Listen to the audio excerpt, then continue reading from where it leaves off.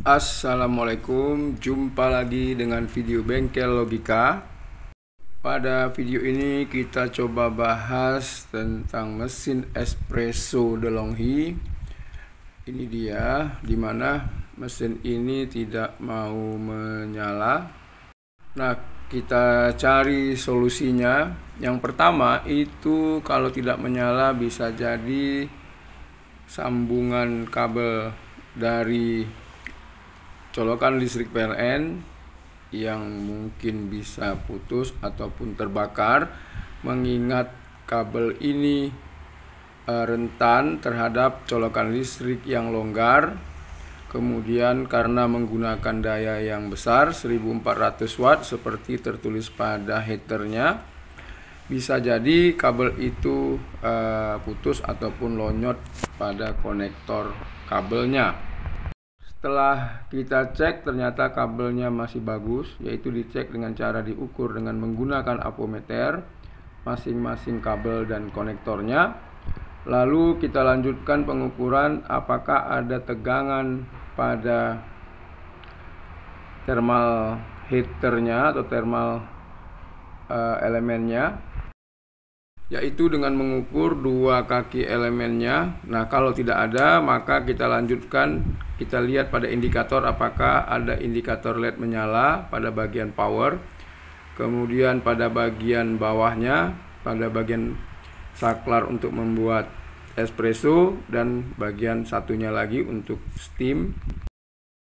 Kalau tidak ada, maka kita cek thermal fuse, ada dua buah di sini. Nah, kita cek apakah putus atau tidak. Kalau thermal fuse putus, juga tidak mengalir arus ke kaki elemen pemanas tersebut.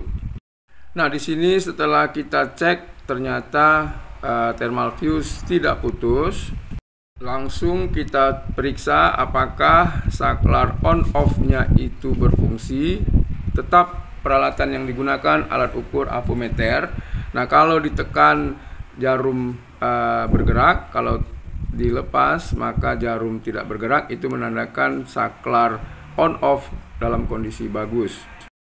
Dari hasil pengukuran, saklar on off-nya rusak, ditandai dengan apometer tidak bergerak. Nah, itu saya jumper saja dulu untuk mengetahui apakah ada relay yang bermasalah, relay penghubung tegangan 220 dari PLN. Relay berada dalam box ini. Nah, jadi box ini kita buka, kemudian kita lihat relaynya. Kita lihat di situ apakah relay berfungsi dengan ketika kita nyalakan bunyi cetak-cetik. Nah, ternyata di sini tidak sama sekali merespon.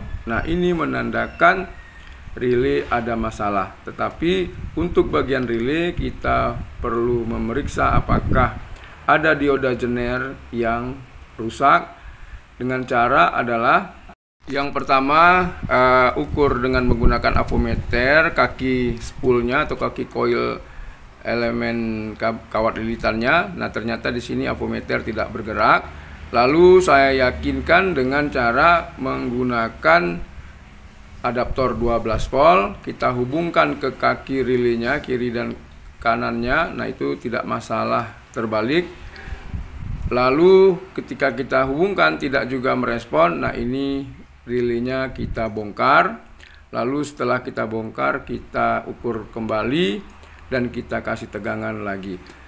Sebelum mengganti relay, coba periksa juga dioda jenernya, karena dioda breakdown itu untuk memastikan tegangan tidak berubah polaritas dan pada tegangan yang tetap.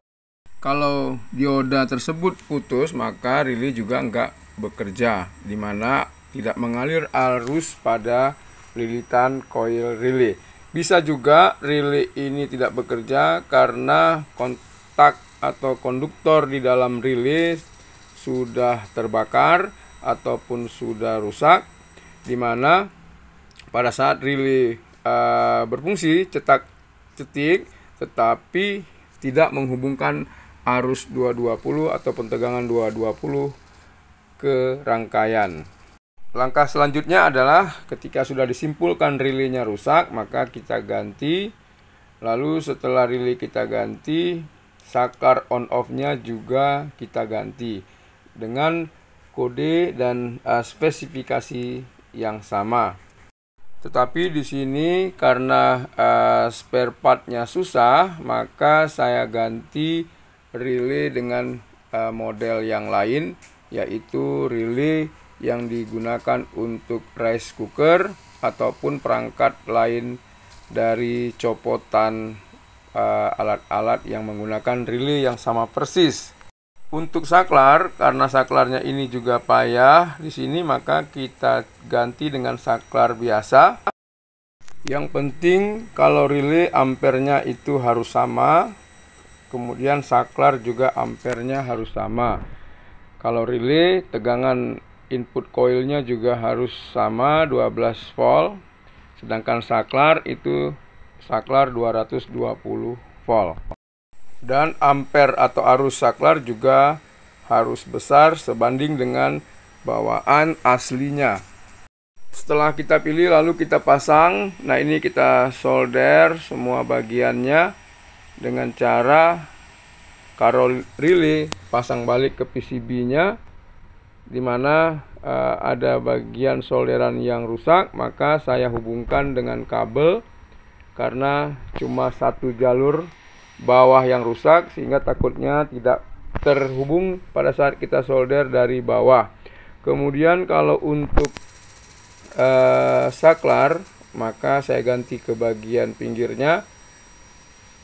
Nah, ini dia dengan cara sama seperti pasang saklar biasa.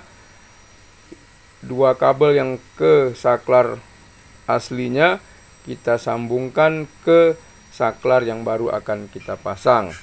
Lalu kita bersihkan semua bagian-bagian yang berkaitan dengan mesin espresso, basket, portafilter, dan showernya.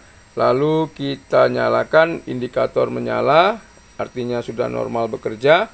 Kemudian kita coba buat kopi espressonya, dan hasilnya sudah berhasil. Mesin ini sudah bisa menyala kembali.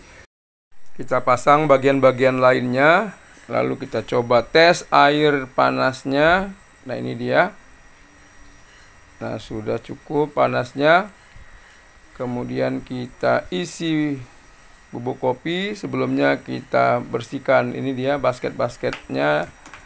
Lalu kita coba congkel untuk kita buka. Kemudian setelah bersih semuanya, Anda lihat tadi itu kotor ya. Nah, ini dibersihkan bagian dalam air kran showernya. Dan mesin kita coba lihat hasil ekstraksinya sudah cukup lumayan. Demikianlah cara kita memperbaiki mesin espresso yang mati total, sekalian membersihkannya. Assalamualaikum.